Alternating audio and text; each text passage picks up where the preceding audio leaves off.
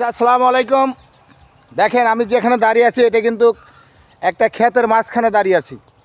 আর এই ক্ষেতটা হচ্ছে আপনারা অনেকেই চেনেন এই ফলটা, বা অনেকেই কিন্তু খেয়েছেন বা অনেকেই খান নাই। গাইস, এটা হচ্ছে লাগে কেউ বলে কালিয়া কলই, কেউ বলে কালিয়া মটর। দেখেন কত সুন্দর কালিয়া মটর হয়েছে। আমি এই ক্ষেতের ভিতর দাঁড়িয়ে আছি, দেখেন কত সুন্দর, খুবই চমৎকার কালিয়া মটর। কিন্তু এটাও কিন্তু আমার চাচার ক্ষেত, সুন্দর কালিয়া মটর হয়েছে। তা এখন তো আসলে খাওয়ার উপযোগী হয় না, যদিও কেবল ফুল আসছে, হয়তো কিছুদিনের ভিতরে এই গাছটায় ফল ধরবে। আর ফল ধরলে কিন্তু পোলাপান কিন্তু এগুলো খাওয়ার খুব একটা মজা করে খায়।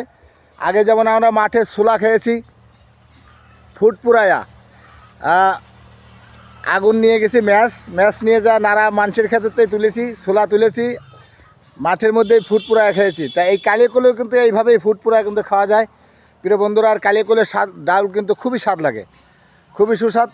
দেখেন ফসলটা কিন্তু চমৎকার ফসল হয়েছে। তা চাচারা কিন্তু বলছি যে চাচা কালিয়াকলে কিন্তু আমরা এবার খাবো।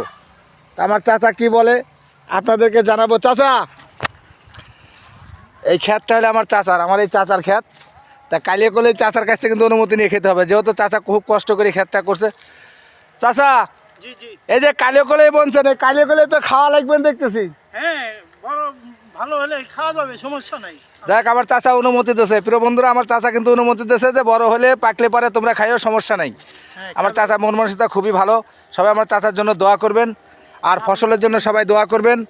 দেখেন খুব সুন্দর ফসল হয়েছে। যে যেখান থেকে ভিডিওটা দেখবেন অবশ্যই একটু লাইক কমেন্ট শেয়ার করবেন। চাচা সবাইকে বলে দেন যাতে একটু সাপোর্ট করে।